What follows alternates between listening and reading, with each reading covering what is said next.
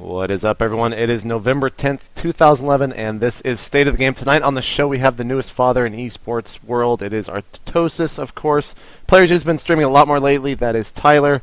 Our first guest of three is going to be Husky tonight. You know him from YouTube and MLG casting fame. The second man, a man who loves his rom-coms. It is, of course, IdrA, and we'll get more news on that a little bit later. And then finally, the third who's going to be starting the show with us in Artosas' seat will be Jeff Alejos, the director and, I guess, creator of Sons of Starcraft would be his full title. But let's go ahead and get State of the Game started. We'll have fun with the show. We'll see you guys in just a couple seconds.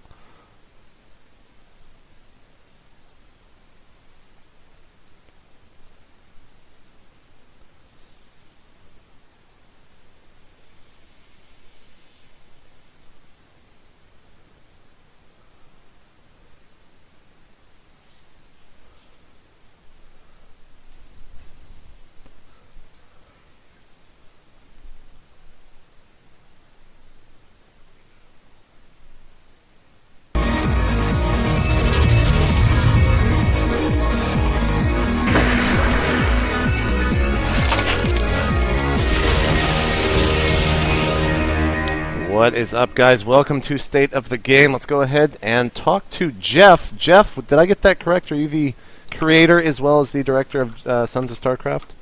That's right. So how did that all start out, man? Well, I've known Tasteless for a really long time, and, over the years he's just kind of passed bits of his story and Artosas' story to me, and I just thought it would make a very fascinating film. The Starcraft scene is actually something very new and interesting to me. So, yeah, I just thought the world needed to hear the story. Now, is this the first time you've ever kind of stepped foot into the world of esports? Yeah, I play the game. I played StarCraft 1 a lot. I play StarCraft 2, although not as well as I wish I could. Yeah, this documentary is actually kind of like my foray into esports. It's kind of a little bit of a journey of discovery, if you will. What have you done in the past? What are some of your other documentaries that you've done? One of my favorites, I guess I'll start with the last one I did. I actually went to Kenya with an NGO covering some work on the AIDS highway, a really infected stretch of road called the AIDS Highway. I've done a documentary called Lamdango, following a grass-fed organic lamb from the field all the way to the plate through all the processes, through the butchering. That was really fun. I did a little project for the Kansas City Toy and Miniature Museum a couple years back. Those are probably like three of my favorites right there. And I mean, if people want to go check out some of your prior work, where do you have a website or Facebook or anything like that? Yeah, you can go to Kansas 2 Kenya. That's Kansas number 2 Kenya Kansas2Kenya.com. Go to the video page. My video is like the first one at the top. Yeah. Cool. Well, let's talk StarCraft 2 and more specifically Sons of StarCraft. You've been to, I'm trying to think back, Orlando? Yeah, I went to MLG BlizzCon, Orlando. Then 2 BlizzCons. Yeah, I've been to MLG Orlando. I'm getting ready to go to Providence. We just got back from PPSL in the Philippines. Been to 2 BlizzCons and an NASL. I'm really looking forward to seeing you guys again in Providence. Yeah, you'll be there in Providence. When you're going to these events, the documentary, and feel free to correct me whatever, from my understanding, is about kind of Nick and Dan, how they've come to be where they're at right now, and really what's going on in the StarCraft 2 world around them. When you're going to these events, what are you really looking to shoot, for example? Well, I want to get a lot of the humanizing aspects of Tasteless and Artosas' lives. They're kind of these ideas to a lot of people, and I think it would be really helpful, especially for the story, to see, they're more like human side. I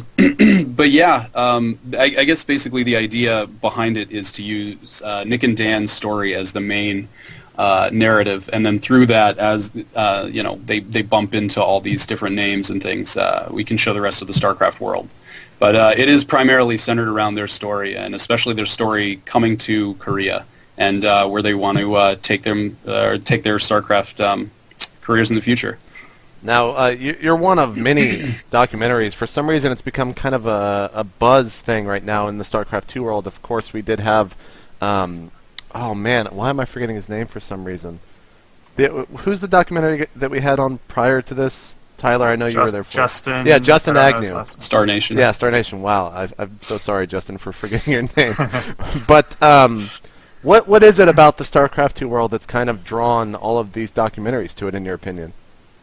Well, I think one thing that's really fascinating for me is how there's almost no separate. Well, I won't say no separation, but it's a direct line from fan all the way up to pro player. I mean, the only thing that is required to become a pro is to sit down, learn the game, play it, spend the time to actually get to know the game.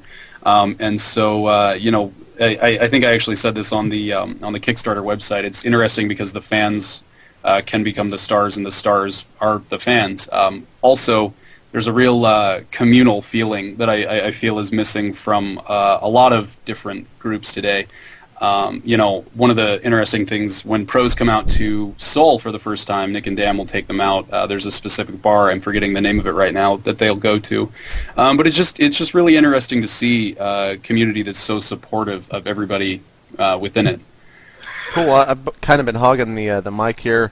IdrA, I think everyone's met here. Husky, you guys might not have met him, but do you have any questions for Jeff before we kind of send him off here and get Dan back in the hot seat? I don't know why I ask sometimes. I do it out of courtesy. Jeff, where can people go check out your Twitter, follow the movie, kind of follow what's going on, and do you have plans to release any teasers or anything like that in the future? Actually, yeah, we're getting set up on Tumblr. I actually went out with Nick and Alin Huang.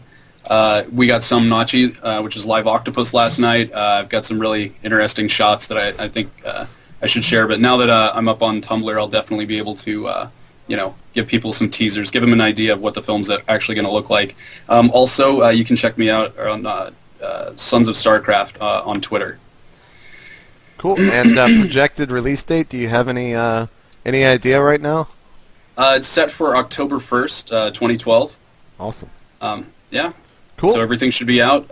All the kickbacks and everything should be mailed out by then. Cool. Well, thank you for coming on, guys. Go check out his Twitter, and we'll see you in Providence, Jeff. I'm looking forward to it. Every time we've hung out, it's always been a fun time, man. So Definitely, man. Thanks for having me on. All right, man. Well, thank you so much. I know Artosis is going to hop back on. We'll see you later this week, Jeff. While Artosis is kind of transitioning in, Husky, what's going on, man? This is your first time being on State of the Game. Yeah, I guess I was technically on the one at PAX. I don't know if that even got recorded though. It did, but it wasn't a live one kind of like this. Hi. So what's up, Artosis? Yeah, true that. But yeah, man, thanks for having me. Well, we'll be talking about MLG Providence today. Of course, Assembly. Since Greg's here, he wants to gloat about his win, and then we'll be talking about the controversy over at the Philippines at IPL4 event PPSL. The new patch, how that's affecting the GSL actually right now, and then doing some shoutouts and user questions at the end. Probably will be a short show tonight, or a shorter show, I should say. We'll really see how long it goes. I don't have a time limit or anything like that. No one's going to leave in an hour and 20 minutes because Day 9's not on the show, which is because he was busy and tied up with a bunch of other stuff. So, Artosis, I'm going to skip MLG Providence right now because I think everyone wants to hear about the Philippine event and your perspective on everything.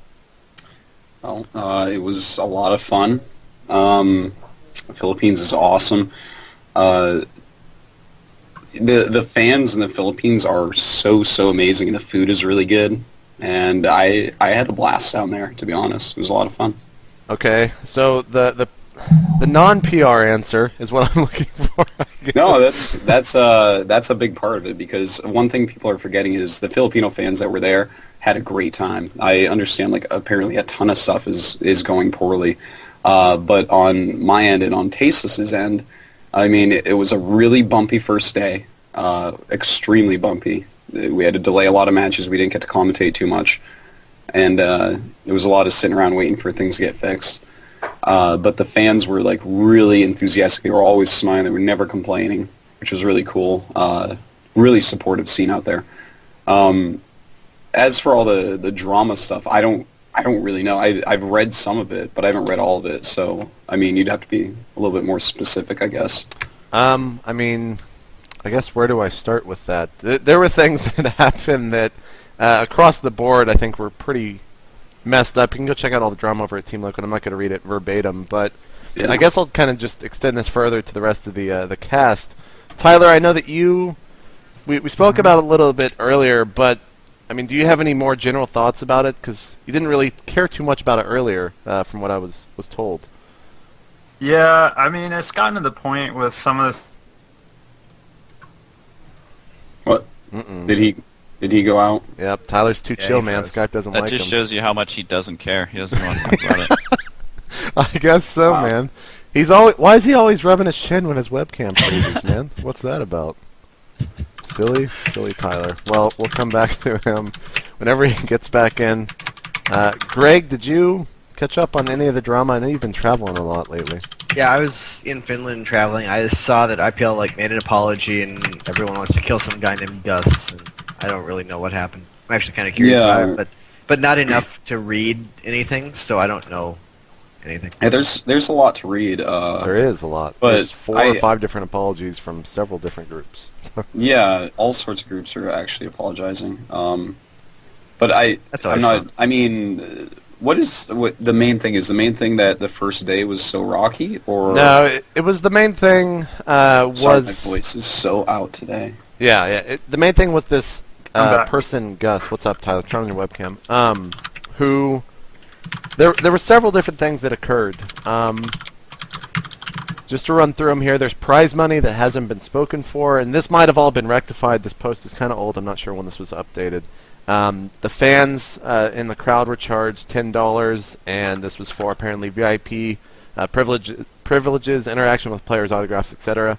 And ticketing had no clue about this, but they still took the money. I don't know if this ever happened. Just really, really shady stuff that it's kind of a sad thing that it happened. But I mean, I guess everyone kind of has their rocky tournaments the first time, and IPL has come out and apologized profusely about this, saying that they're sorry for working with the organization without really looking into it much more, etc. You can find all those over on teamliquid.net. But Husky, you've done a lot of tournaments outside of the MLGs, IPLs, ESLs, etc. I mean, when you're working with kind of a grassroots organization, are you ever skeptical going into it, or? Usually as a caster, things tend not to be that bad. I usually feel worse for the players. I feel like if anything in a tournament goes wrong, the players are the ones who always kind of get shafted. Because for a caster, it's like if the tournament burns down and does horribly, we just kind of sit around and don't really do anything. But I always do feel bad for the players who travel around and they've been practicing, for months for a specific tournament. And I would caution in kind of grabbing pitchforks when it comes to stuff like this, just because it's kind of people like to sensationalize things, and I think that in the next couple of days we'll figure out exactly what really happened. I was trying to follow it for a little bit. It's hard, man. It moves fast. There was just so many posts where everyone's just like, kill this guy, he stole $12,000, and it's like, did that actually happen, or are people just loving to sensationalize things? So I would give it a couple of days, and I honestly gave up trying to read the stuff because there was just thousands of posts about it. But I feel like, the more popular Starcraft gets, the more TMZ-esque stories we're going to see popping up. So I would just say be careful when you're looking at those stories. That's true. Yeah, that's true. It's hard to have a pretty solid opinion on this. I read a few different things, but stuff just keeps changing with it. From my personal experience at the event, I was treated very well, and I mean, everyone there was really nice. The fans were great. There were a lot of technical difficulties at first, but I mean, people were trying hard to fix it. So I guess we kind of have to see more what happens. Because as Husky said, I saw something like $12,000 was stolen or something. What is this? I actually don't. I saw a bunch of stuff about some girl going to jail because money was owed. And I think it had to. It's actually a lot more fun if you just believe everything you read and don't try and. Is this where your fun is, Greg? Don't try to be a reasonable human and wait to figure out what really happened. That's boring. That would be more fun. That's true. Yeah. That's true. The thing about players, or excuse me. I believe it was staff that had hotel rooms and things like that. One of my lights just died. That's awesome. Who didn't get paid for it, and they were stuck at the hotel until they actually paid for it. I think Gus came and got one of them out, but as far as I know, the last time I checked up on it yesterday, there was still someone that owed money and had not paid it yet. So we'll see. I mean, I think Husky kind of hit the nail on the head where a lot of this is sensationalized. Yes, Gus fucked up. I mean, he said that. Everyone else is saying that. There were things that should not have happened. But I hope it all gets resolved. And I do want to say a lot of the Filipino community reached out to me and wanted to make sure that their story was kind of heard outside of the organization that run it, that they're obviously not going to support anything like this, but don't let it reflect onto that community because... Yeah. Oh, that community is amazing, man. Yeah, exactly. Like, seriously, that's what everyone's saying. The fans are so sweet and so passionate. Like, they did not move when there was, like, hours of no games going on stage, and the fans chilled, and they walked around and talked to us and had a great time anyways. It was really, they're so passionate. It's a great scene. Yeah, yeah. And let's actually, I mean, it's funny, because I said this the other day on Fuck Slasher 2. There was Starcraft 2 played at this event, but no one's talking about it because they're talking about all this other drama that occurred. Marine King Prime ended up winning, which probably not the big surprise, but Moon getting second, like... That's not actually a surprise either. That's not a surprise to you? Guy. No, Yeah, Moon no. always Every does. land he flies to, he kicks ass, and every single time. And the only way you can explain it is he has played so much at lands, man. He always plays at his top level. And his top level is not like a Nestir or an IdrA. He's actually, both those players are better.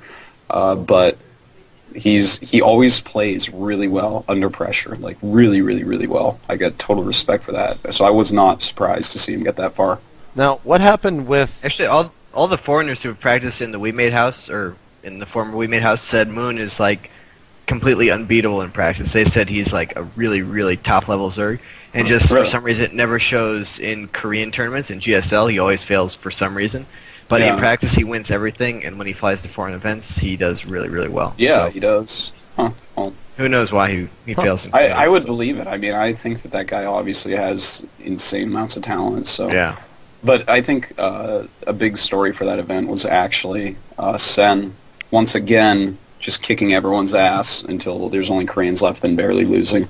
That guy is just so fucking good. What about Naniwa? Did Sase make it to bracket play, or was he eliminated earlier on? He did. They both were out first round, though, lost right? in first round in the round of 16 against Marine King. Okay, and Really bad games. Terrible games. and Naniwa was... He lost to... Was it a... Soccer. Yeah, which... I mean, what were those... Did you cast those matches, Artosis? I didn't get to see. I didn't get to see Soccer versus Nanawa yet. Okay. I hope like IPL releases those. I actually want to see what happened because Nanawa's a really good PvP. Yeah, yeah. And then in the Sase match, did you check that out at all? Yeah, Sase Marine King I actually casted. So, I mean, It what was happened terrible. there? Marine King just... Was it I build order feel win, like or? I don't know. I watch Sase's stream a lot and stuff, and I like think I know his build orders reasonably well. And like he has this one where the way I looked at it was when he scouted a gasless one barracks, he would go ahead and go 20 Nexus. And it was just like, and you know, it's kind of smart. It's like, oh, okay, this is cool. You know, you went super quick Nexus off no units, and then he goes into his normal play. But he did that against Marine King on Tal'Darim without scouting him, the 20 Nexus build, and then just Marine King made 2 barracks and killed him. And then like the other game was bad too. I don't remember what it was, but it was just like, okay, you took a ridiculous risk and it didn't work. Tyler, did you happen to catch out any of the Protoss games from that event?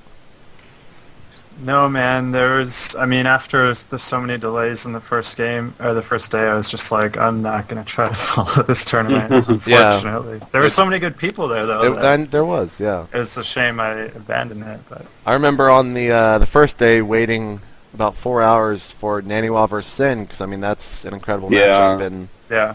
I don't think it was ever They finally seen. did play, and it was really good games. But That's what I heard. Sen MC was like really exciting. Sen like just what an ass kicker, man. Seriously. Did you cast that? Yeah. What I I cast mean, both those. what happened in that match? Just to divulge a little bit more. Sen MC was really good. Like it was like MC got a little bit greedy on Shakuras, and so Sen got some lings in, and he had a drone in, and he pulled the drone to the side and made MC concentrate on the lings and made a hatchery. It was awesome. You got to go watch that game. That game was good. Awesome. The other game I can't remember right this second, but it was really good too. All right. Well, I mean, anything else you guys want to say before we kind of get away from the PPSL/IPL4 thing, other than? Well, I would say just we have to relax. see what actually comes of this. Because Yeah. I've heard like so many stories from all sorts of sides. Yeah. And like I guess something fucked up had to have happened, but I don't know what it is yet. Yeah. You know? Yeah. I mean, we'll see. Like I mean I'm fairly certain that I'm going to get paid in all this, you know? Like I don't know. Before my connection went out, I was just going to say, like, it's come to the point now where if I'm not, like, personally involved in a story and, like, know something that most people don't, then I'm just not even going to comment anymore because, like, if someone did something wrong, I know 100% true there's someone out there that's going to, like, give them shit for it. So, like, Right. we don't need to be standing here, like, giving people shit and calling them out because someone will do that for us. Like, that's not our job, so I think I'm going to tone down the drama a little bit, at least my comments on it from now on, just as a policy. Unless I'm involved, then I'll talk shit. Yeah. I mean, I feel like that's something that as a whole the community's really started to do a lot more when things like this occur. I mean, sure, it's terrible what happens. Gus apparently fucked up a lot over this past weekend. But the way that it spread, I mean, this was like worse than TMZ and Lindsay Lohan's shit, man. Like, gee, it was bad, especially on Team Liquid and Reddit, probably the two main sites. But I mean, I guess that's just kind of the nature of the beast and something we should come to expect moving forward. It was pretty crazy, but I think really in like a week or two, everyone's going to know pretty much exactly what did happen. So, I mean, I don't know, and I was there. I don't know how everyone seems to know so much, but I guess. Yeah, I think it was just people kind of around the organization that were leaking things one by one over the past couple of days. Yeah, I guess so. I don't know. I would just listen to anything Gunrun says. Like, by the way, that guy's actually a hero, by the way. Like, no one actually gets what a hero Gunrun is. This guy actually travels as much as Huck or IdrA, travels as much as me or Nick. Like, he is everywhere, doing everything. And the guy will actually go to an event, make sure everything is working on time, on streams. He fixes everything. And then he will sit there the entire time and manage players while observing games. And like he will just not move the entire event. And he will just kick ass with a smile the entire time, working his ass off. The Gunrun. You are awesome. Yeah, and if you're a streamer as well. Yeah, he's also he helps us like so every much. stream. Almost every day. That's all he does. When he was in the Philippines, he was actually helping my stream, and he had like worse than a 56K connection. And I'm just like, you are a total beast. I can't even like browse porn with that connection. And he's like helping people with streams, which is pretty intense. He actually is like Barrett from MLG, man. He's like figured it out. He's like just a happy person. Hold on, did you get what we talked about, by the way, in Providence for him? I will. Don't you fuck that up, Protos. I'm not gonna fuck it up. But you know, there's some people that are just so fucking happy, like infectiously happy all the time, and like laid back because they just kind of get life and they just want to help everyone all the time. And you're like, what are you gaining? You're not gaining anything from this. Why are you doing this? And Gunrun is actually one of those people that's just so chill and so cool, and just not an evil bone in that man's body. I mean, it's kind of crazy when people start saying, like, right now probably in the chat there's someone saying, oh, the stream's lagging. I'm fairly certain that Gunrun's in that chat or watching the stream, making sure that it's not on their end. And he just, I mean, even though that's his job, he's the type of guy that will just do it anyways. And that's probably why he got to where he is right now with his job. So that's actually how I want to wrap up the whole IPL thing, is celebrating Gunrun and Torch as well. Because Torch also was doing... kicked unbelievable ass as well. Both of them did a lot. There's actually a lot of people that no one know the names of, like Filipino crew that were just working their asses off. So, but yeah, Torch totally kick ass. All right, well, we still got MLG Providence. Let's take a quick break and then come back. We'll talk about all that. The player list was announced, and I'm not supposed to announce the caster list, but I'm going to do it anyways after this because I don't care. So when we come back, we'll find out who's going to be casting the event. and also mentioning the player list and just talking about the event as a whole. So don't go anywhere. We'll be right back.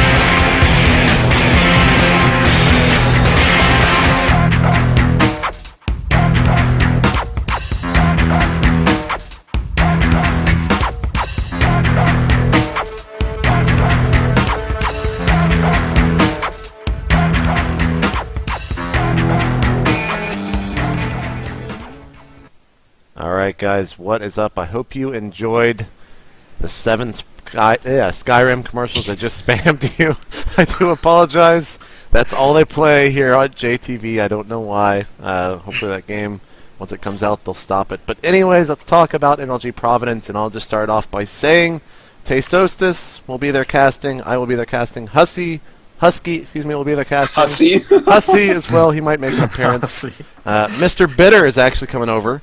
And then DJ Wheat and myself, we will all be there. Sean has other things to attend to, so we are very sorry that he will not be able to join us for the national finals. But that is your caster list. And there's also been some discussion about who the other translator is, and I'm happy to say that it's going to be Wani, Protos' good friend, and I think everyone else... translator ever. Yeah, everyone knows him. That's the thing people here. should really be excited about. Yeah. This is actually a man that knows more about esports than... and has done more to for put esports. together. Yeah, he's a god, actually, guys. He is. I'm super excited to have him come over, and he'll be doing most of the stuff on stage with us, and we do have another translator who will be out in the players area helping us with interviews out there, as well as the admins as well. So that is going to be super fun stuff. I'm actually really excited as well for Mr. Bitter to come back. I'm glad that he's going to be able to make it across, but I guess that's the official announcement or something like that. Let's talk about the player list, guys, because I want to get Tyler's actual...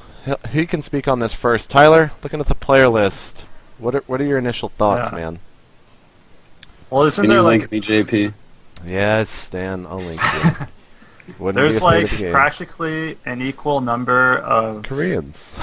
Koreans and non-Korean, of notable non-Koreans. Yeah. At this event. It is like, nuts. of course, there's, if you include like all the noobs that sign up for fun, then there's more non-Koreans. But like this post on TL that Slasher made with all the notable players for open bracket and seeded, you can just Jesus. see. I'm just eyeballing. Isn't that it. insane? Like I'm getting tears in my eyes, guys. This is so. There's a lot of foreigners there that don't really deserve to be notable. There's actually like more good Koreans than good foreigners going to this. Oh god. Let me I'll just go down the list here for people listening on the MP3. So the Korean list: Dongragu, Locero, Nesty, Linok, Violet, MC Hero, Wanna Be Cool, Wangsen, Oz, Puzzle, MMA, Bomber Select, Boxer, Puma, Rain, MVP, Gonzi, Marine King, Artist, SC, and Keen. Jesus, I think a Korean might take this event, guys. Like, there's so many instead coming. of top 6 this time, dude, they're gonna get like top 32 or something. It's gonna be sick. Man, that is... All right, let's go to the foreigners here. IdrA, Sheth, Machine, Vibe, Dark Cell, In Control, Tyler, Axlav, Og, Druby, Kawaii Rice, Trimaster, Sluss, Ostoji, Huck, Kiwikaki, Dodoro, Atero, Heypro, Naniwash, Sho, Jinro, Rhett, TLO, Major, who got another fucking nickname. Now he's Check 6 Windy or some shit. What in the hell? I'm going to shank that kid, man. We Seriously. have to, man. Told him not to change his ID anymore. I think that's a new. It's better than Princess and. He actually that's different than what I heard he registered as of like 3 days ago. So he might have two names. Like he might be Check 6 Windy right now, but he might be something else come Friday when the tournament starts. Who knows? I don't know. Yeah, and then of course Cats. Actually, can't I'm like looking at this, and I was like, they have WBC as a Korean in here. Like, yeah, that's maybe wrong, it's Korean blood, but he's not really a Korean. Yeah. He's an American, so. Yeah. And actually, doesn't Artist live over here too? So. I believe he does. Yeah. I don't really consider. Well, so does Select. Although he was Select, born yeah, in well. Korea, Yeah, but now he Select as resides well. in. Yeah. Select's actually good though. There's other Select's two. so damn good, man, that he may as well be in there with them. Yeah. I mean, that might have just been slasherizing the Korean list and making sure that there was more names in there. It's a pretty insane tournament. It is. I'm kind of excited. I'm going to ask you right now, but you don't have to give your answer. You're going to predict who's going to win here. Give us that Artosis prediction. Oh, that's so hard. And just a little bit. Sure. I want to talk about the tournament format because it is different from all the other events. The top 16 in this event will not play until Saturday at 2 p.m. The open bracket will start on 5 p.m. and they are automatically seeded into the open bracket into what is called a championship bracket. And they do get a little bit of an advantage, but I mean, they're going to be thrown in there against incredible players right off the start. So just want to make that clear. It is going to be a little bit different of a schedule. And without pool play there, I wanted to get Tyler's and IdrA's, as well as Artosis and Husky, since we won't have to cast it. We're probably pretty excited about that. But Tyler and IdrA, what do you guys think about the different format for the Nationals? IdrA likes it, and I don't. I think that It works out pretty well. When you're seeing in the top 12, it works out pretty well for you. When you're not, it's not so good. Yeah. It's interesting. Your rewards consistency throughout the season. Like, I never won. The best I got was top 4, but I did pretty well every time. Every event, so yeah. First seed, and that puts me really high up in the bracket already. So I guess that's a good system for MLG since they want players to come to every event. That helps them out. So it's smart, but it also gives me a massive advantage over some players who also, deserve to do really well. So it's kind of weird to start out that far ahead of everyone else. Yeah. Tyler, what are your own thoughts? I mean, I think what everyone kind of knows at this point is that MLG's vision, for the whole, play the whole year, go to every event, and have a system designed around that, doesn't really work for StarCraft 2 because there's just too many other events to go to. A lot of the good players just can't go to every single MLG, just flat out, and that just breaks the system straight up. And I don't know what MLG's plans are for next year, but I think they're going to have to be a lot different from this system because it's really just not working. I mean, I think it's just clearly not fair. And I think they've already said that the championship bracket and the pool play and all that is on the way out. Yes, there's definitely going to be something a lot different next year. But Yeah. And so that's the only downside of this tournament that I can think of. Everything else about this tournament is going to be the best StarCraft 2 tournament ever. That's what we want to hear, Tyler. Good job. We're sending the money in a bit. Thanks. Husky and Artosis, I mean, no pool play, so we aren't going to be starting off Friday night with that. We'll actually be starting with the MLG Global Invitational Finals. But anyways, what are your thoughts on no pool play? I know, Husky, you were actually excited about this when I kind of explained it to you a little bit earlier. As a caster at the event, I'll be honest, it is damn near impossible to hype up the pool play, because it'll be like, oh, he's playing 1 of 10 games for a chance to be 1 slot further in a tournament. So it was difficult as a caster to actually hype that up. And then if you didn't have the most up-to-date stats, you could have missed tons of changes and fluctuations in the actual tournament itself. So just from a pure caster standpoint, I like it when there's kind of a lot more at stake right away. And just looking at the top 16 players, if the listeners out there haven't checked it out, they do have it posted on the website now, and definitely check that out because a lot of the players that we've been seeing all season did get knocked down out of that top 16 very recently, so there are a ton of changes in there. And just looking through the list, I'm seeing a lot more names that I think deserve to be there.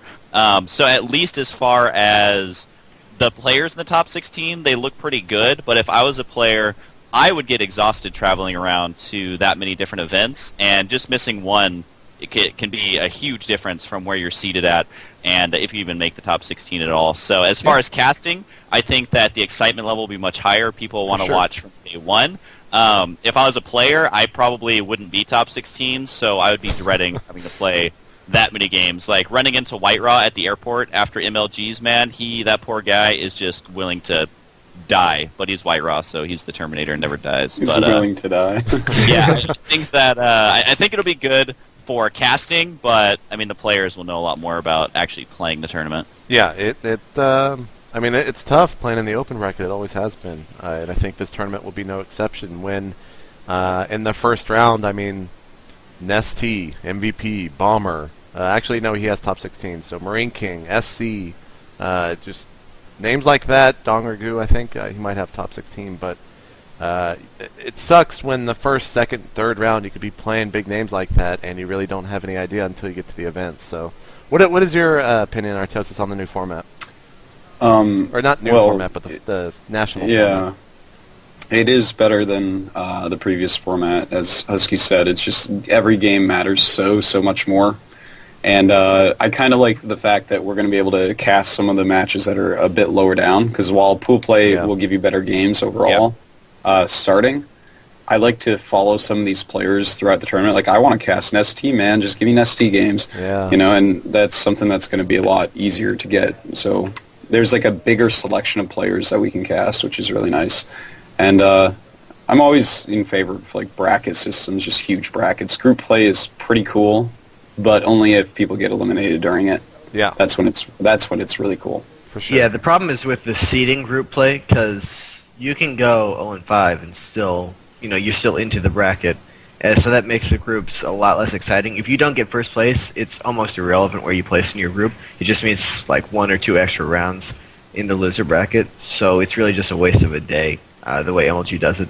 With DreamHack and other tournaments where you can actually be eliminated from groups, then it's absolutely fine. I think it might be a better system because it's more fair without introducing some of the problems that double elimination has. But pure seeding groups are just kind of stupid. And one last question, Artosis, I'll throw this to you. On Friday, we just actually finished casting the MLG Global Invitational European region finals. So we've got Nesty from BlizzCon, MVP from the Korean region, IdrA. I'm going to ask you about this too. IdrA from the U.S. region, North American region, and Naniwal, of course, who just beat White Raw in the grand final. Spoilers, sorry. Go check out the VODs if you have not seen the games, but you've already know the results, so I guess you won't.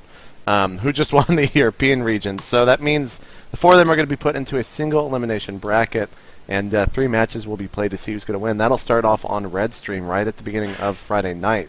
Artosis, you got 2 predictions. Who will win the Global Invitational?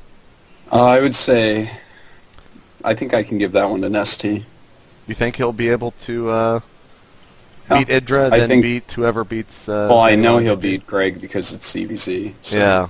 That's obvious. Sorry, Greg. I mean, you know it. Nesty can't be beat. And, it's like, look, Greg, don't even play the match. I'm sorry, You're buddy. going to lose, man. You suck. It doesn't fucking matter because MVP's in it, so, no Circ's going to win anyway. Listen, Nesty's been outplaying MVP in their matches, like the BlizzCon finals. And he still doesn't win anything at all. He basically won BlizzCon, guys. Let's just look at that game. Who really won BlizzCon? It was Nesty. He should have won this, but he plays Zerg.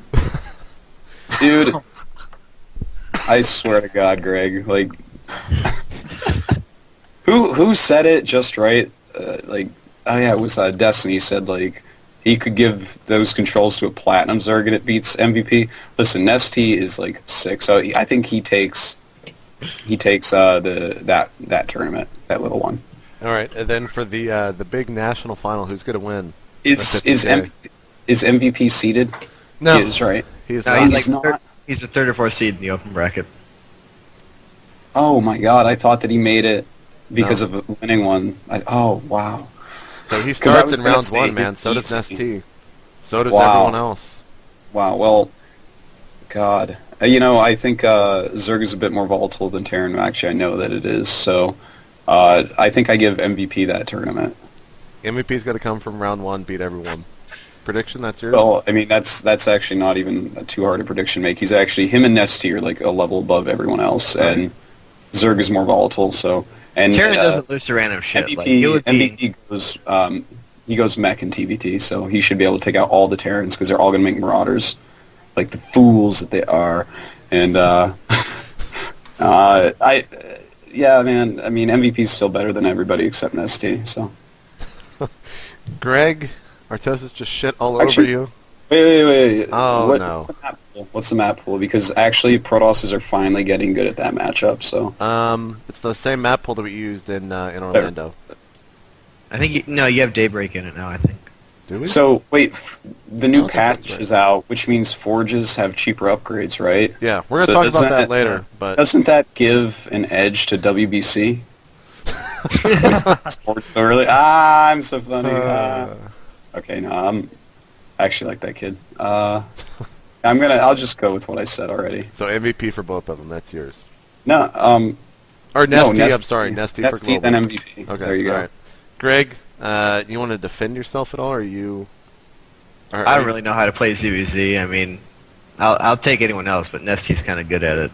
So that'll be hard. But no, MVP's gonna. He's kind of alright at it. He's kind of decent.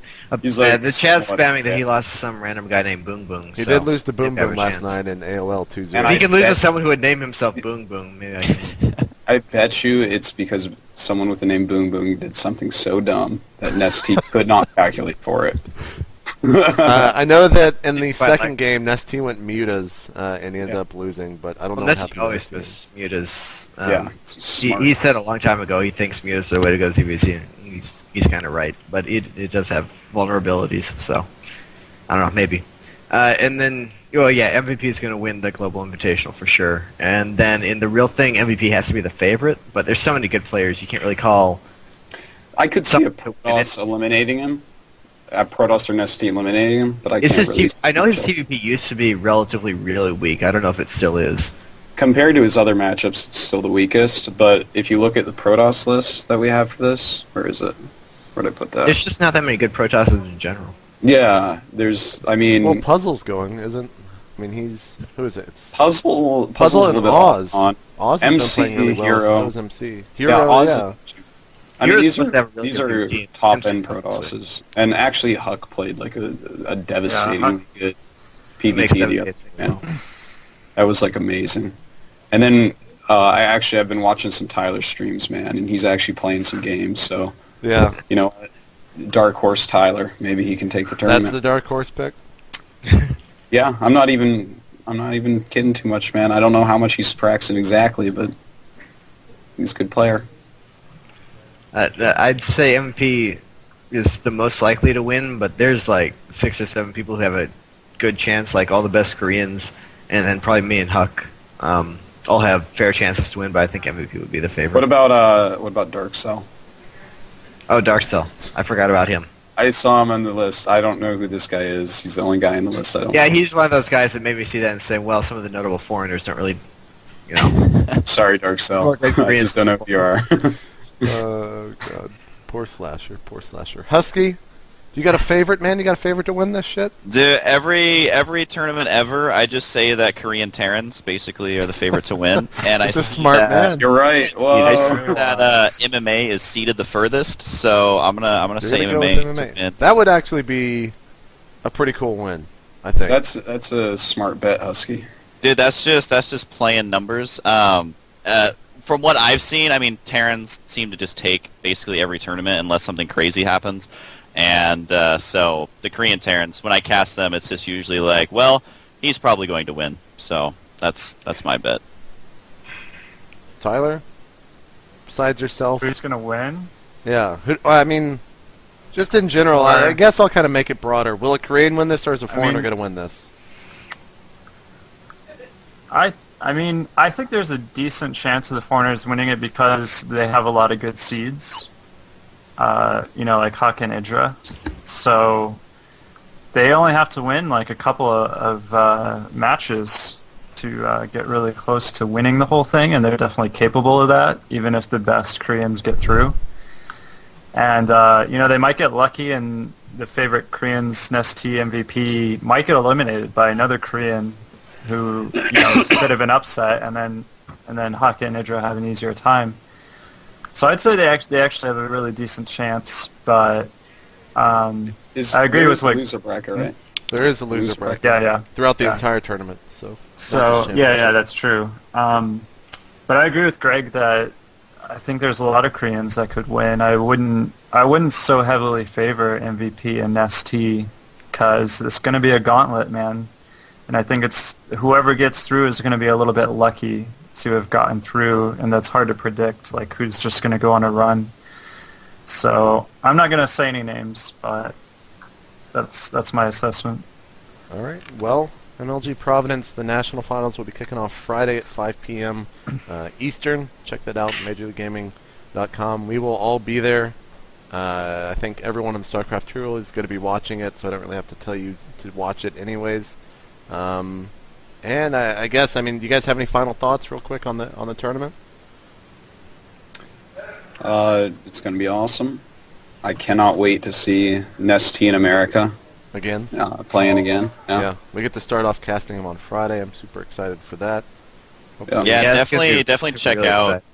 Definitely check out all the changes. I was actually surprised how many people dropped out of the top 16.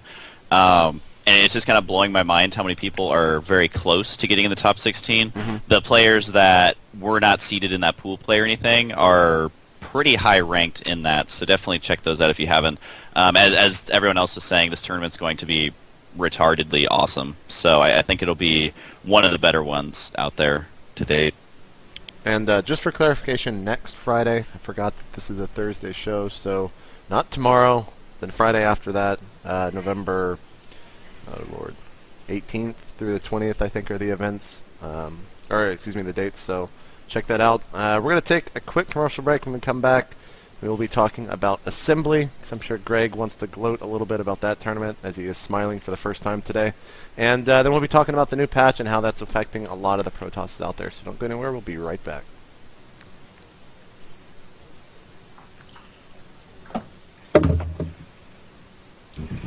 Greg, I thought you won, like...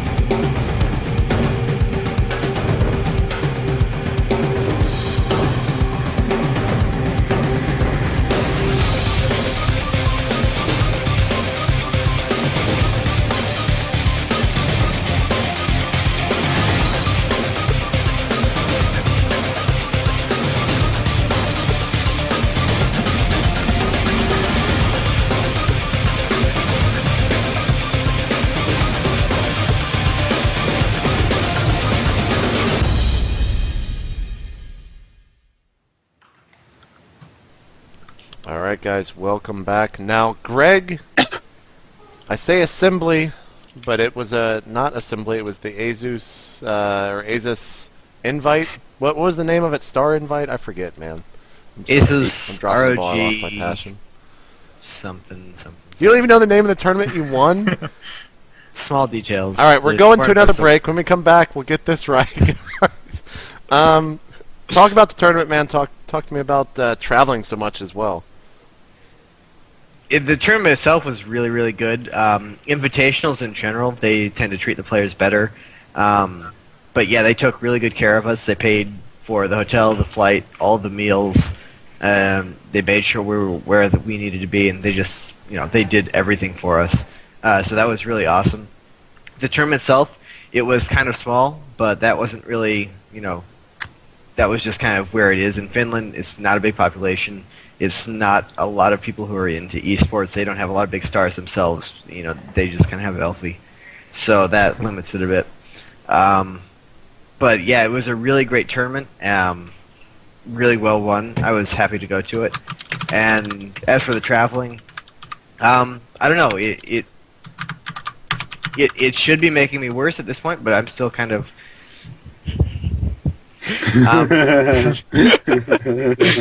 Yeah.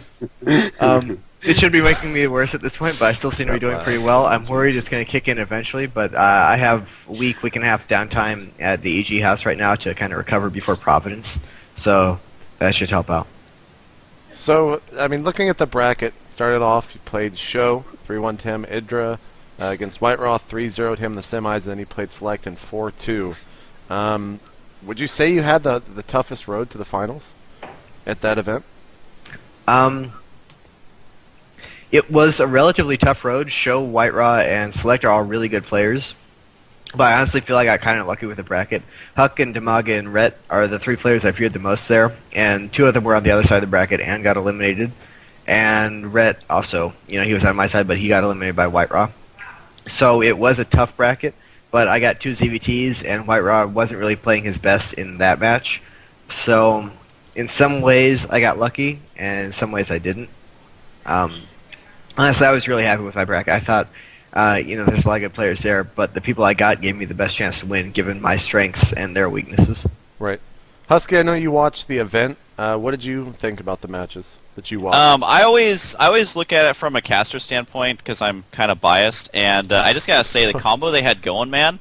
I was so into that tournament, it was ridiculous. I was up until 7 a.m. watching it, and it was really, really good production quality. I like how they constantly showed the players on camera.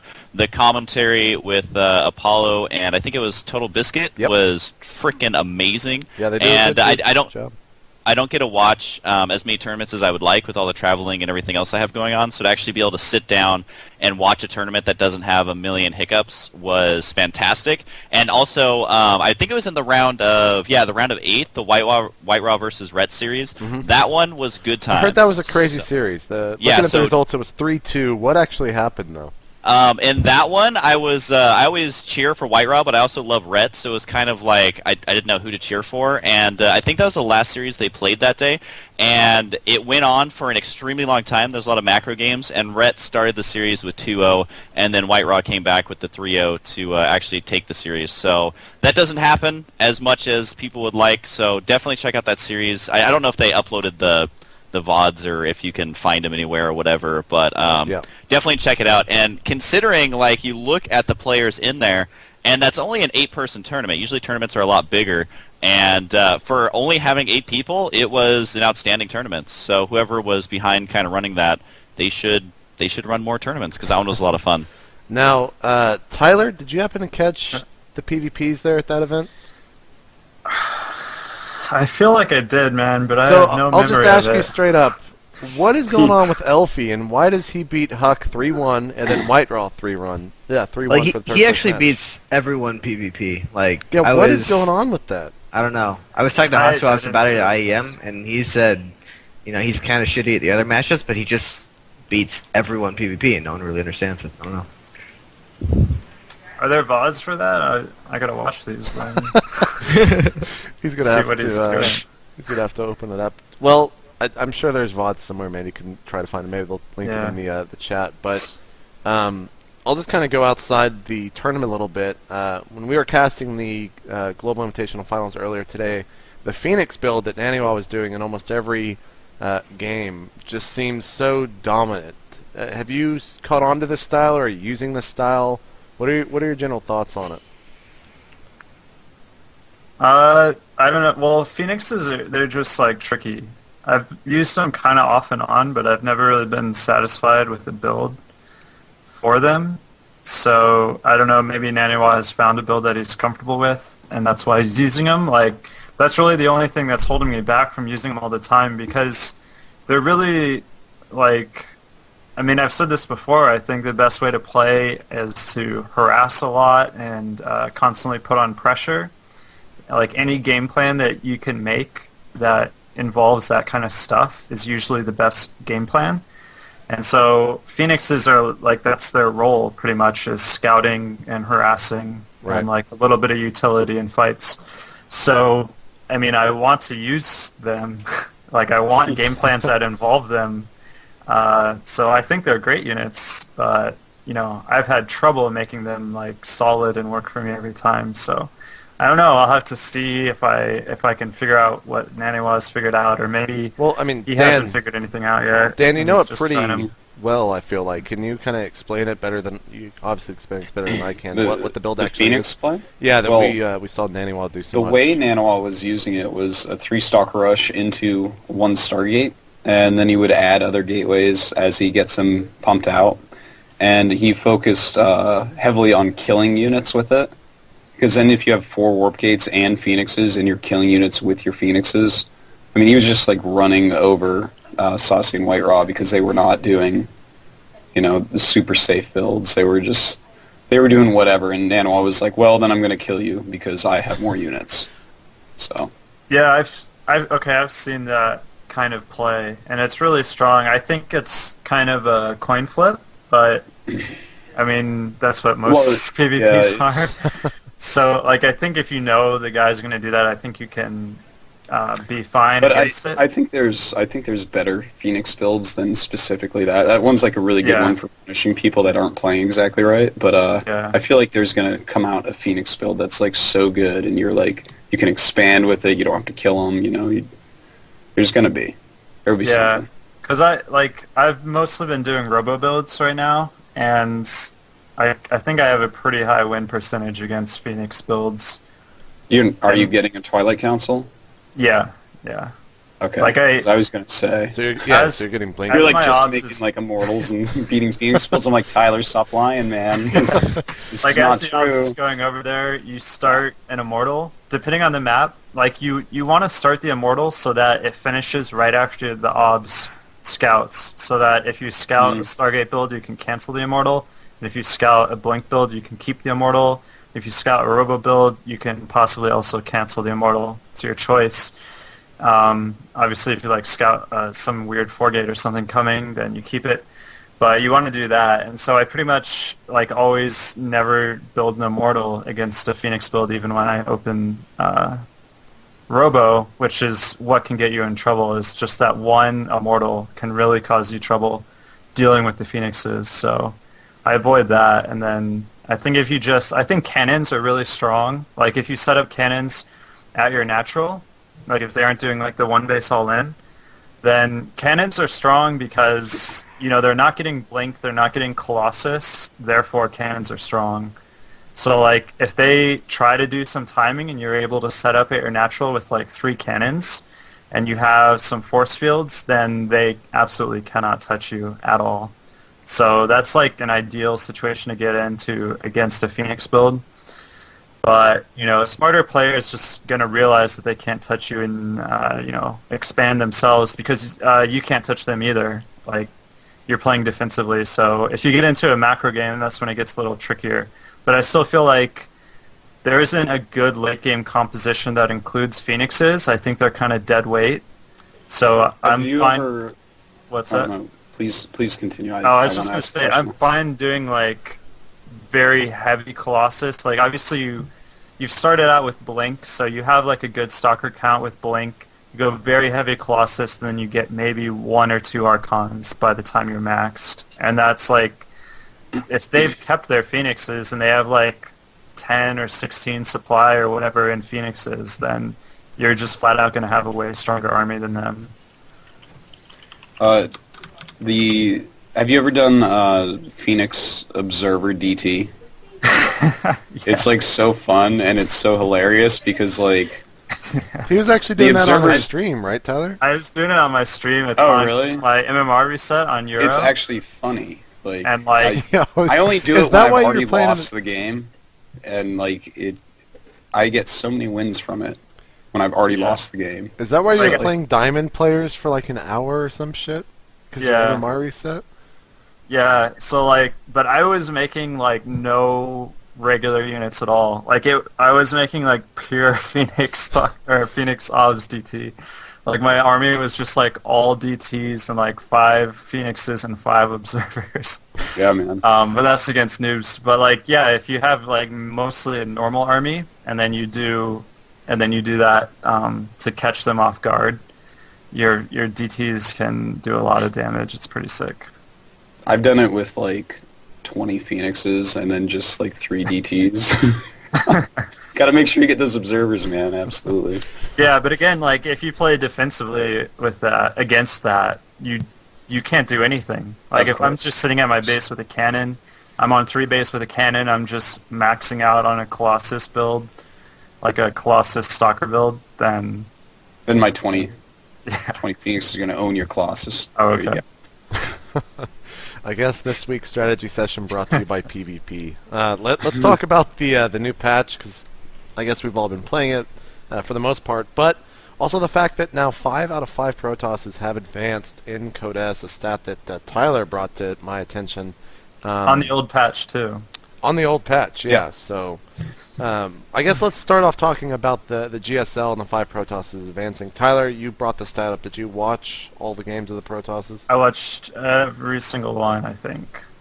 So, I mean, I guess brief thoughts on every single game? Or every single Protoss that won?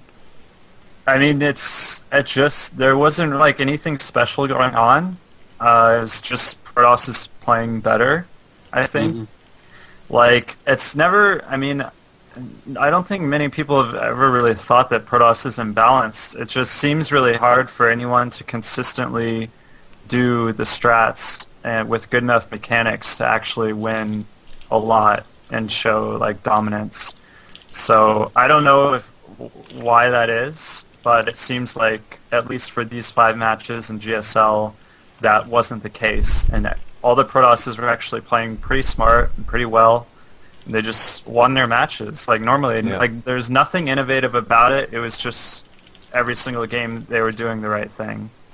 Yeah, it seemed to me while I was watching them that there was just like a higher understanding from these Protosses now. It's like everyone's kind of grown up in their thought process on how to actually use it. Like I was consistently watching Protosses who were finally smart enough to get a high Templar Colossus army instead of just attack with like one or the other and then lose. And they got like really great unit compositions. I was really happy, man, to have all those Protosses advance finally. And I have to say the one that impressed me the most in his improvement was definitely Killer. I felt like he last actually season got through his group. What happened? He killed his group, dude. Killer last season made, of course everyone knows he's the only Protoss that made it around 16, but when I watched those games, I'm like, you're like kind of okay. Like, you're pretty good. And he's like a good friend of mine, so this is fine. But, I mean, this season, he looked like the best Protoss out of all of them, in my opinion. Like, he was clean as hell. He really set up some cool stuff. He really, like, looked 10 times better than last season. Seriously. The Daybreak game was really nice. It just seemed he was playing so crisp and beautifully. So he was in the... What happened to Supernova, by the way, in that group? Because, I mean, Supernova, his TVT seems incredible. He took MVP to Game 3 the other day in AOL, but he went 0-2 in that group, Artosis. Did you happen to catch that entire group? Was that, you say MVP? No, Supernova, sorry. He was in Killer's group with Jajaki and Virus.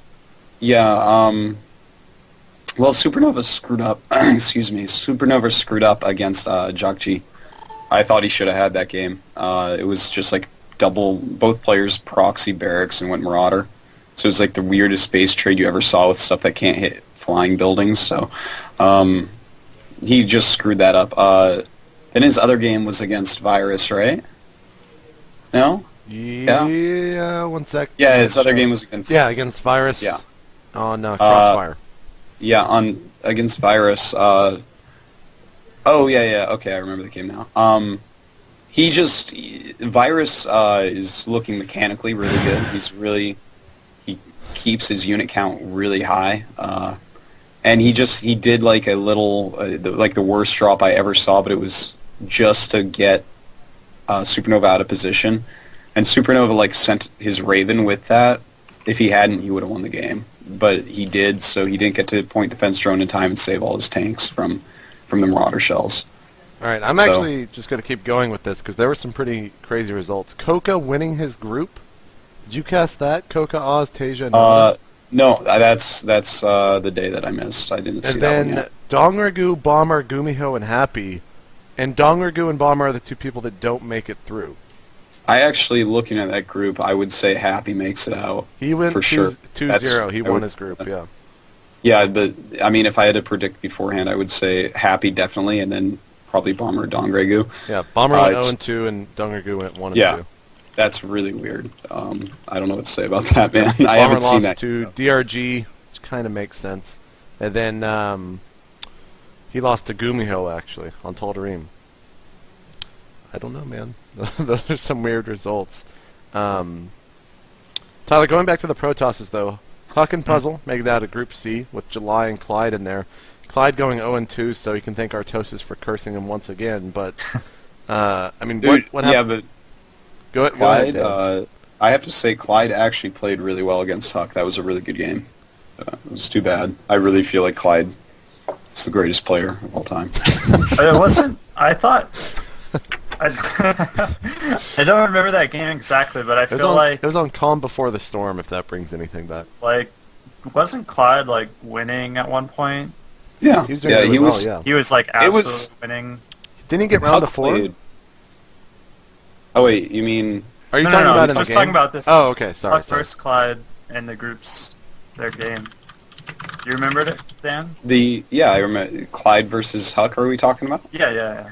Yeah, Clyde was actually doing a real good job against Huck, but Huck was playing really well, and Huck was just getting these insane unit compositions, and his size storms were like, he was like really spreading his High Templars and sending them one at a time with Stalkers, and it was really screwing with Clyde. He did a lot of damage with that, and then it went to this funny scenario where like Huck wasn't mining and Clyde was like hiding starports because he needed a few more units, but like Huck's Size Storms got him through. It was a good game though, and yeah, Clyde was like winning at various times. Yeah. We'll keep going. I need to take notes, man. My memory is so bad. We're getting old, Tyler. We're getting old. We'll keep going with this in just a second. I do want to say, though, we'll be taking questions for everyone here. So, at @MeJP on Twitter. Go and start sending them so I can start collecting them. But going back to the GSL, Artosis, Calm Before the Storm. I haven't watched the GSL yet. I'm sorry to say. I think I said this as well in the global, but... You're not a good friend, JP. I know, I'm a terrible person as well. I lost my passion, yada yada. What is that map like for you in general, and is it a super competitive match?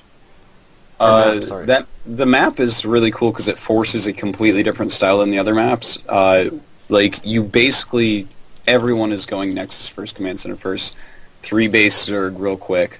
I feel like it might turn into a Zerg map at some point, but we haven't seen it yet. 3-base Protoss is not going to be a Zerg map. What? 3-base Protoss is not going to be a Zerg map. I don't know what to say, Greg. Like, what do you... Protoss is 3... Dude, the map is so big, man. It is so big. Until I get my Nexus recalls, man, I think Zergs are going to be just fine on that map. We'll see, but anyways. Yeah, dude, a map that big. Mutas on 3 base, Greg. Think about this for a minute, right? You have 3 base. You know how with fast you get hatch. a Stalker, Templar, Archon? Do you know how many gases? Do you know how many gases you have there? You have 6 geysers, man. You're gonna have so many mutas. It's gonna be silly. Never touch that army. I can't see oh my god. Anyways, it's Their a army really can good never map. leave their base, man. That's the point. It's cool because there's so many expansions and you just can't attack each other. There's like no timing for anyone to attack ever. Realistically, if both players like are treading the middle ground, which makes both players a little bit greedier, and it's just kind of interesting because we're seeing like you're only going to see awesome unit compositions and huge battles on that map with light harassment. So it's like a cool and fun map to have in right now. But yeah, we'll see what the balance is like after a while, after people really figure it out. Tyler, I'm going to put you on the spot, and you might not actually have the answer for this. But the TL map thing that they're doing right now, it has the 4 finalists. Are you at all involved with that? No, I'm not. I'm not a judge. Okay. I was just curious, because I'm just wondering if those maps are tested at all by pro players, or what's going on with that. If you guys haven't checked that out, it's on the front page of Team Liquid. Go do so. It's awesome to see Team Liquid kind of doing something like that for the competitive community. And hopefully some of the maps, I think there's 4 in the finalists. Is that right, Tyler? Do you know? 4 or 5, something like that. I'm sorry for putting you on the spot, man. Dude, you gotta read the comments in that thread. Like, no one's as passionate as map makers, man. They're like fierce. Really? Well, like the what do you mean? They're defensive, or? No, they're like the people whose maps didn't make it. Yeah. They're like, oh my god. They want to fight. Like a storm in the comments. Like, it's a graveyard. Like, everyone's getting banned and shit. And like, I don't know. If you like, drama threads, you got to read all the comments. Well, I'm just sad the one that had Dustin Browder on the map with destructible rocks drawing him didn't make it in the finals.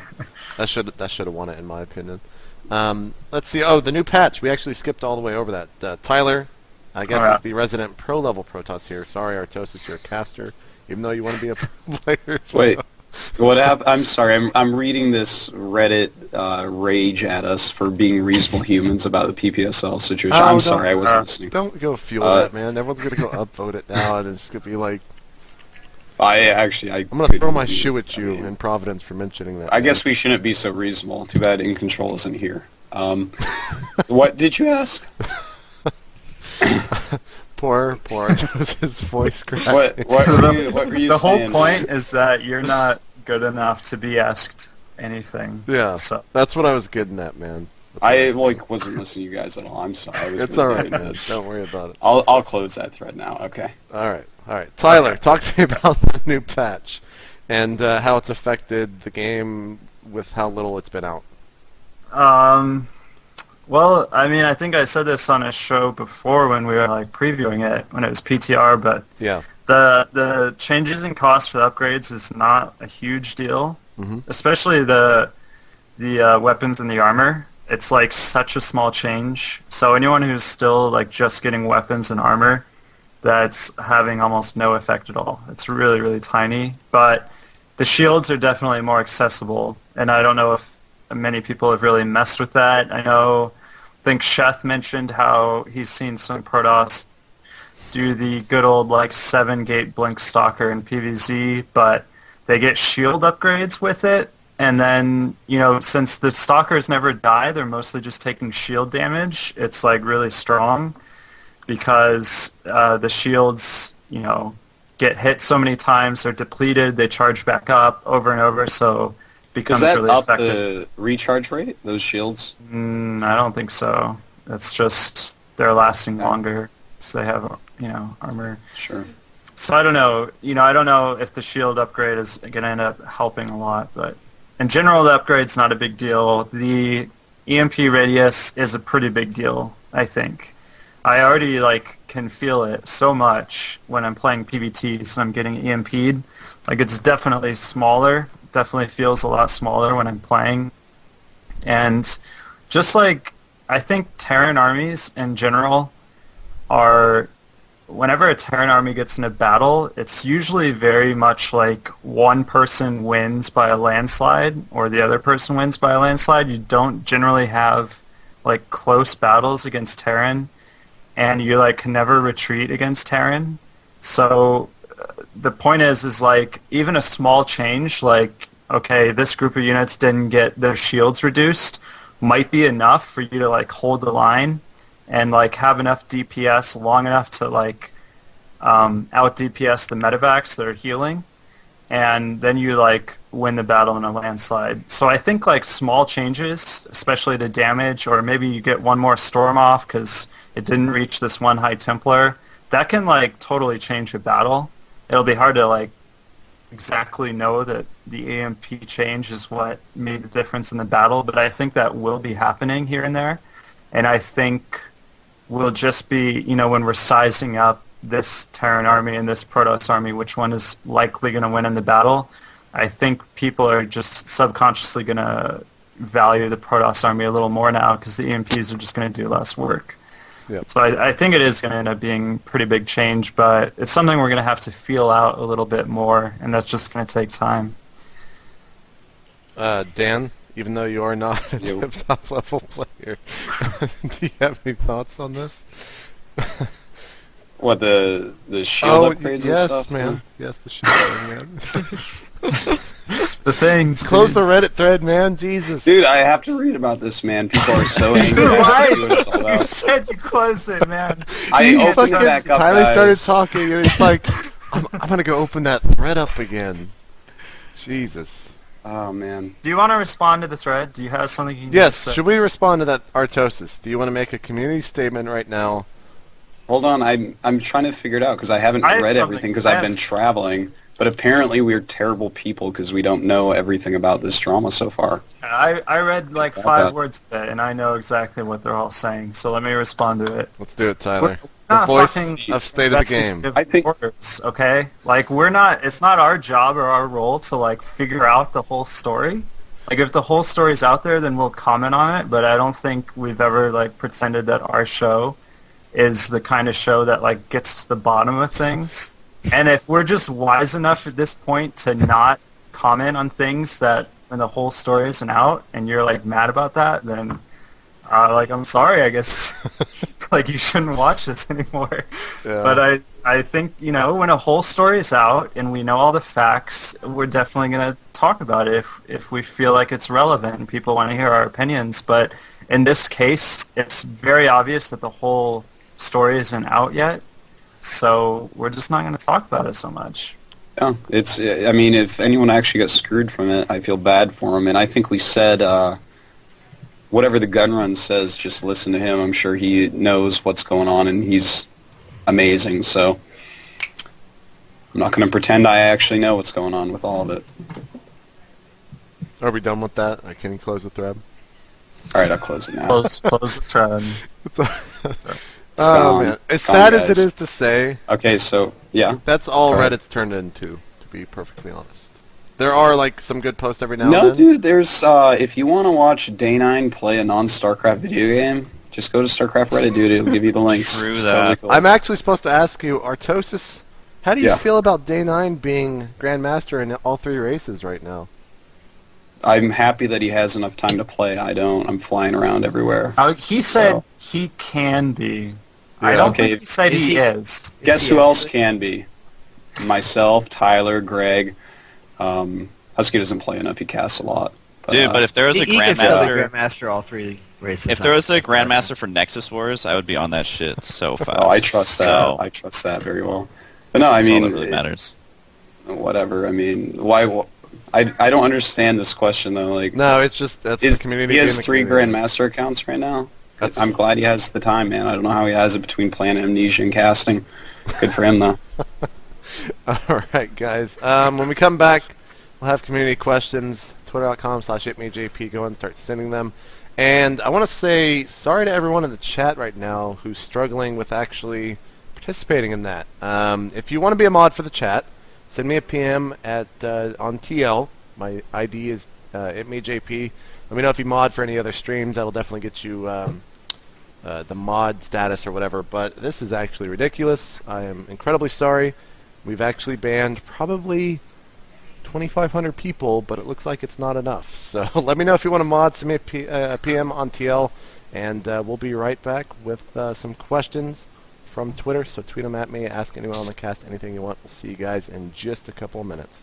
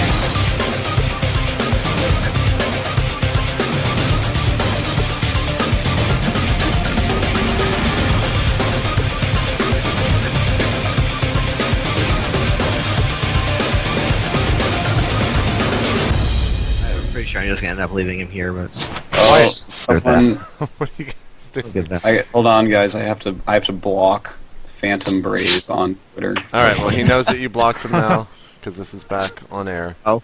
Congratulations, Phantom Brave. You have successfully made Artosis. That's right, block man. you. It's Spy Phantom Brave. Day 9's my friend. I don't know why you're trying to start shit.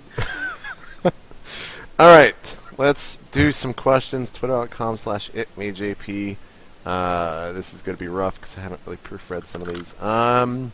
From DJ Wilma, he wants to know, IdrA, why do you feel Huck had such a bad showing for the Asus ROG?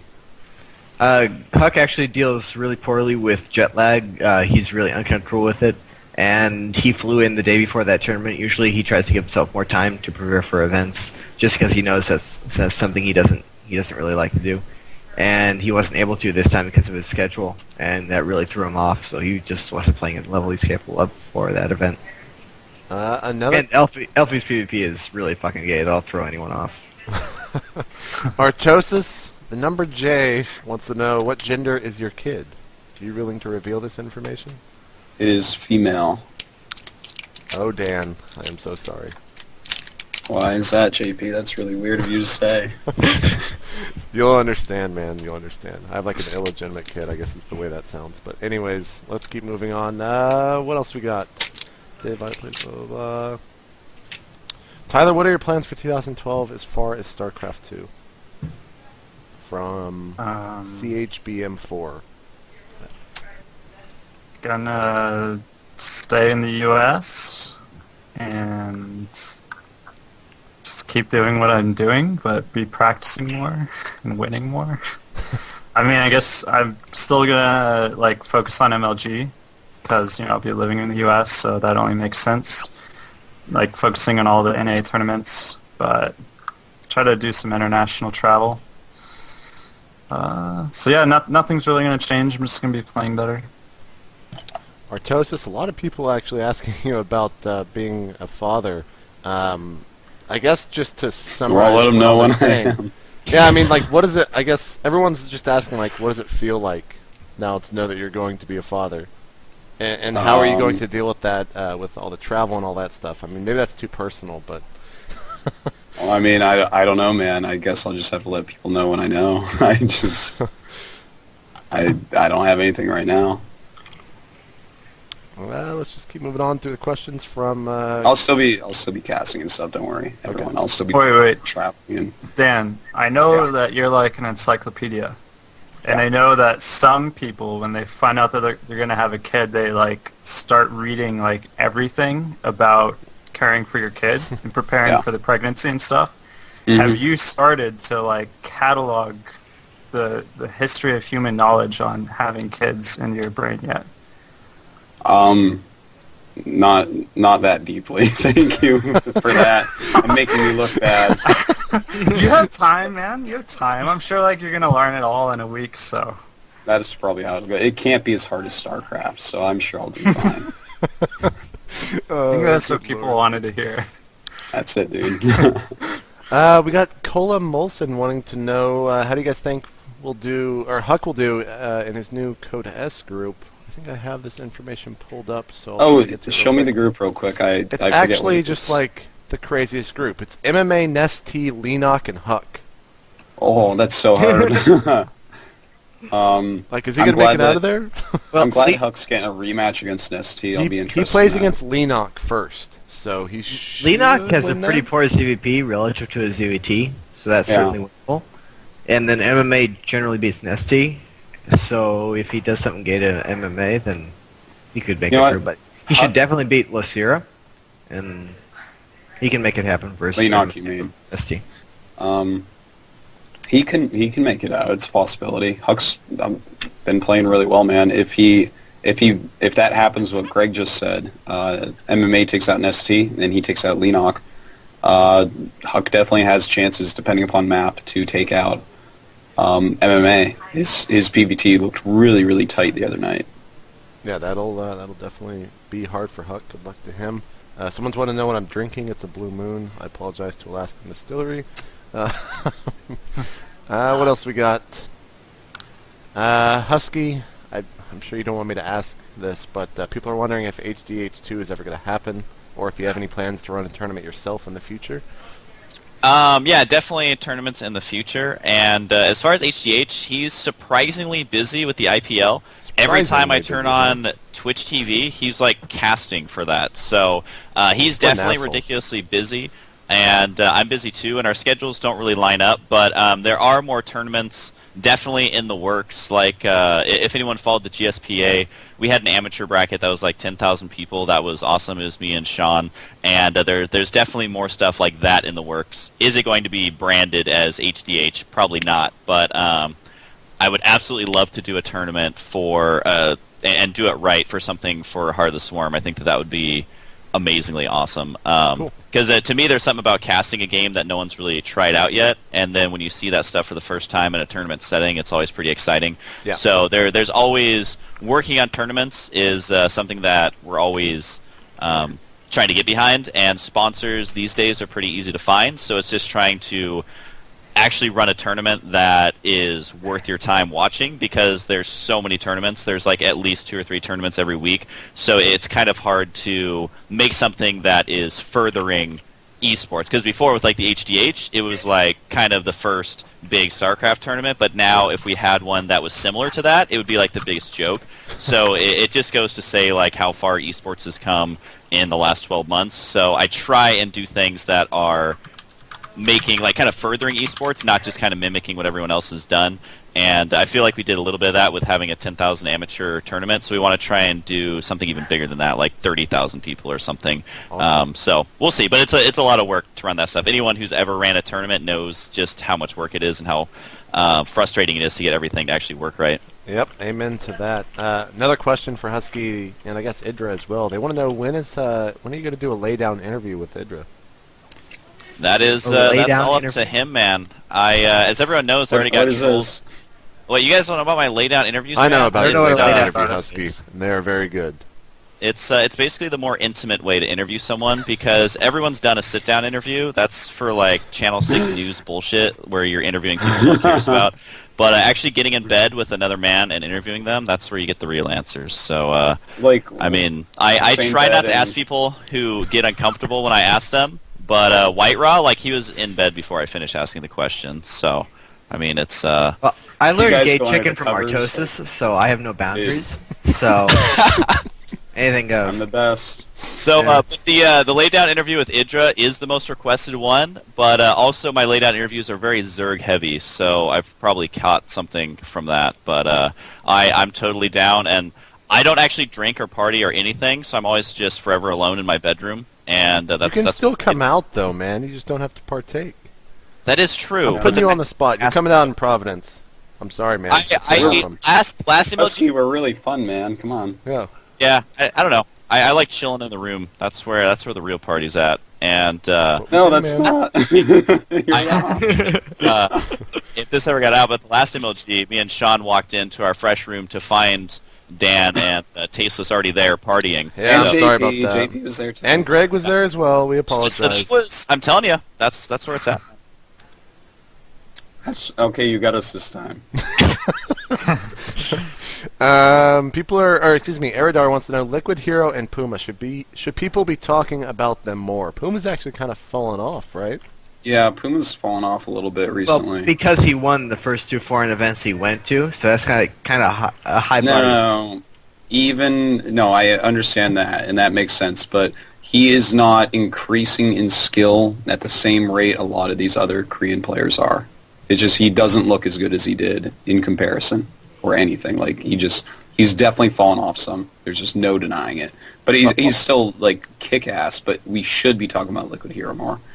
I know, all the Koreans look like they've fallen off relative to foreigners over the last few events, oddly enough, but just everyone has been losing more. Well, I don't even mean necessarily that. Like, games I watched of Pumas at the last MLG. Like, the MLG before that, I'm like, dude, Puma might, if it's Puma Bomber in the finals, man, Puma will take it. I was pretty excited. But this last one, he wasn't quite as good. In comparison, stuff like, his TVT was like so badass a few months ago. Now it's just like, I don't know. You're like making Marines. What's going on? Artosis people are one to know what you thought of the food in the Philippines and how much Gus I love it. fucked it all up for you. Dude, I don't know. Gus was nothing but friendly to me and cordial, and so I don't know. People like want me to say terrible things, and I'm just I don't know what to say, guys. Aside from I had a good time there, and the food was delicious, and the people were nice. Someone actually asked about this Battle of the Casters thing going around. I actually might do something with this at MLG, but I gotta ask Husky, Dan, would you guys play in it? No. You wouldn't play, Dan? No. No, I wouldn't play in that. Alright, well I'm not doing it then. I'm sorry guys, they don't want to play. I asked them. How many more questions should we do? I guess one or two more. Okay. Tyler, you want a question, man? I feel like I left out. I apologize. Okay. It's alright, man. Here, I'll throw this one to you. From Almighty Joker, he wants to know, are you going to celebrate 11-11-11 with Harry Potter or Skyrim? Toughest question of the night. Dude, in Korea, it's called Pepero Day. You get Pepero, and you eat it. It's the greatest corporate holiday ever created. I can't believe it actually exists here, guys. Everyone buys this type of candy stick and gives it to each other and eats it for on 11/11 every year. There's posters everywhere. There's anywhere you go, you buy these and you see them, and everyone's eating them on this day. What a smart company! How did they do this? I don't know. Tyler, what's your answer? All right. I'm not going to play Skyrim until after Providence, and I saw Harry Potter in theaters, so it's kind of neither, man. Like, I've already wrapped up Harry Potter, and Skyrim's got to wait. All right, there's your answer. Husky, someone is, or what was their name? Oh no, I don't want to discredit them. Twitter's scrolling too fast, man. Oh, they want to know why you didn't put your interview up with Demaga that was Carmack, and if it's going to come up. And I'll try to find it actually got deleted. The majority of it was on my friend's camera, and because we actually ran out of footage when we were recording, because I didn't expect Demaga to be there. I mean, it was Carmack, but at the time I thought it was Demaga, and it ended up getting deleted because it was on the other camera. But I did get the other two interviews, so unfortunately I don't have it, but that was like the best hilarious trolling ever. And also the whole Reddit just like, oh my god, Husky has lost his passion, etc. for esports because he couldn't tell the difference. I will say that at BlizzCon I did not get to watch a single game because I had a bunch of signings and fan meetings and dinners and all that, so I actually didn't get to watch a single game while I was there. And a lot of people, I think he got asked like 15 times for his autograph because he looked just like Demaga, plus showing up in an esports jacket with White Raw. Like, and White Raw's telling me he's Demaga, so I guess I'm a sucker for trusting my favorite Protoss. But if you saw them in person side by side and they have the exact same haircut, yeah, I should have known. But at the end of the day, it was like the most hilarious trolling ever. And the fact that I got trolled by a 30-year-old pro gamer, I mean, if that makes me dumb, then I don't give a fuck because it's fucking awesome. All right, last question of the night, then we'll do some shout-outs from Travesty LOL IdrA. Would you rather fight a cobra using no hands or a tiger, but you get to use a baseball bat? It's a terrible question. So easy. If you get this wrong, man, seriously. The second option, I forgot what it was, but a cobra with no hands, like, obviously you're not going to do shit. They're just going to bite you and you're going to die. What? What? Fight a cobra with your hands? What? No, the other one. I said to use your feet. What? You'd rather fight a tiger with a club? Yeah. You hit it once, you knock it out, and maybe you get lucky. How did your ancestors survive? Tiger. No, How did you're not going to do anything against a cobra without hands. A cobra without hands, man, is so much simpler. No, it actually bites not. Tyler's done both. Tyler, which one was easier? Cobra with no hands, man. Like, what are you going to do with your hands against a cobra anyway? Like, You're going to reach down and get bit, Gray? No. No, man. My voice is really going. You're going to dance around, and then at one point, you're going to stomp it. Yes. No, you grab its neck, and then it can't bite you, and then you're good. You're going to grab its neck. Oh, my God. Third The requires whole body to the neck, Greg. You're good. Thank you for the question. And let's do some shout-outs, guys. Let's go around. IdrA, go and start us off. Read your shirt off to us. Intel, SteelSeries, Monster, Kingston, HyperX, Beyond Gaming. Is it right next to his monitor? Do with your eyes closed. I don't anymore. I did before. Close your eyes, Greg. So big solid. Everyone. All our He's viewers. lying like that. I know. I don't have it written down anymore. I'm good. Anything else you wanna throw out there besides your sponsors? I said all the viewers and everyone watching all that. Okay, Husky, shout-outs. I don't know. My mom's pretty cool, and also thanks for having me on the show. And if I have to give a shout out, definitely the fans of Starcraft, because if you join Starcraft within the last year, it's just crazy to see how far it's grown. And like all the barcrafts and stuff, every time I'm at an MLG, I'm just thinking like, God, I wish I could be at a barcraft at the same time. Exactly. So the fans have definitely brought it to the next level, and I would say hundreds of messages every month of people saying now that they just watch the game and they've never owned it or played it or anything. That's actually and awesome. So that's actually kind of the coolest thing ever. So definitely keep that up and spreading it around to everyone you know, even dragging your girlfriend into it. It's all good, man. It's all good. Tyler, shout-outs. Thanks to my team sponsors, the Little App Factory, Razer, and Twitch TV. And so my wife, Lindsay, is going to be playing Skyrim on Saturday morning on stream. Tyler, She's you're probably a gonna brave man. She's probably going to take an hour to create her character, so, you know, you could be a little late. You're not going to miss so much. Part. I don't want to watch the gameplay, but watching her actually create a character for an hour, I want to see the thought process that goes into it. Yeah, I like hope she comments. choosing the hair, then turning the Are character you gonna on have and see webcam how and they everything look? turned on just for the chat, or are you not doing that? Yeah, I think if she's comfortable with it, webcam and microphone. I want to hear her commentary on that. Yeah, I'm going to try to get her to talk as much as possible. I don't think I can get her to start drinking that early in the morning, but if I can, I will, just for everyone's entertainment. So anyway, check that out. And my stream has been doing pretty well. If you haven't heard, I'm streaming a lot more, mostly on Korea. Latency sucks, but playing all right anyway. Getting a lot better. I commentate here and there, and really good video quality, camera, microphone. It's pretty nice, so check it out. If you used to watch and you realized I suck and you stopped watching, well, now you can start watching again because it's so much better. Yeah, I will That's all I got. I will echo that. Tyler has the best-looking StarCraft 2 stream, I think, when it comes to players, as well as the TL support that he has on the stream is awesome to watch. So go check that out. Artosis, got some shout-outs? Everyone, please watch Tyler's stream. It's really good. I'm serious. It's like the one that I pick over all the others. It's really good. He's really, really smart, and that's actually the way Protos should be playing, and that's the way you guys should be learning. The Sons of Starcraft documentary. Thanks to everyone for the support on that. Please add him on Twitter. He's going to start putting a little bit more out with this stuff. It's Sons of Starcraft on Twitter, so go ahead, add that right now. You should, should tweet about it. That'll also help. Yeah, I'll definitely tweet about it. It's on sonsofstarcraft.tumblr.com. I told the thing to redirect this morning, sonsofstarcraft.com, to it, so it will soon.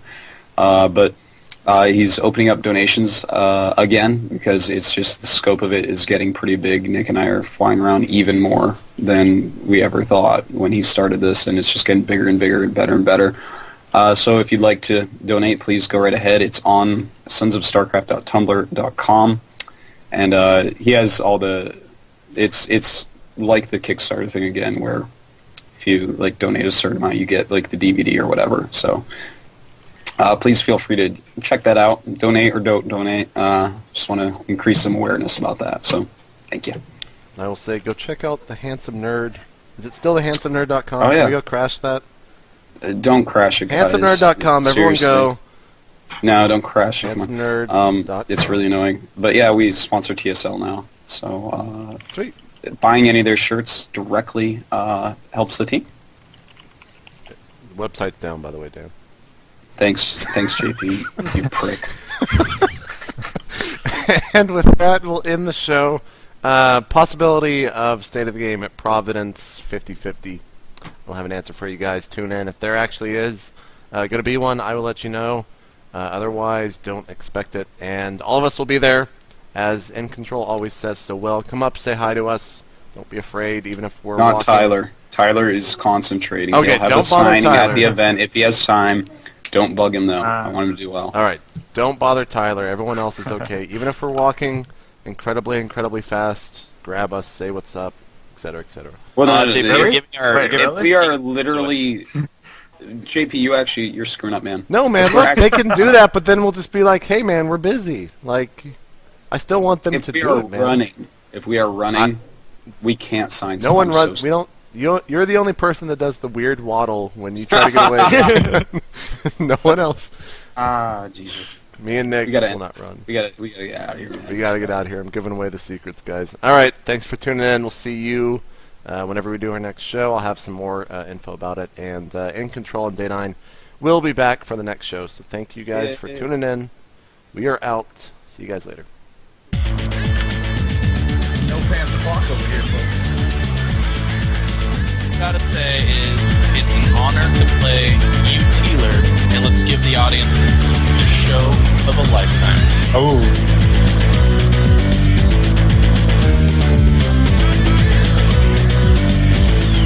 Yeah, apparently looks like I was wearing lipstick, by the way. I can't confirm or deny that.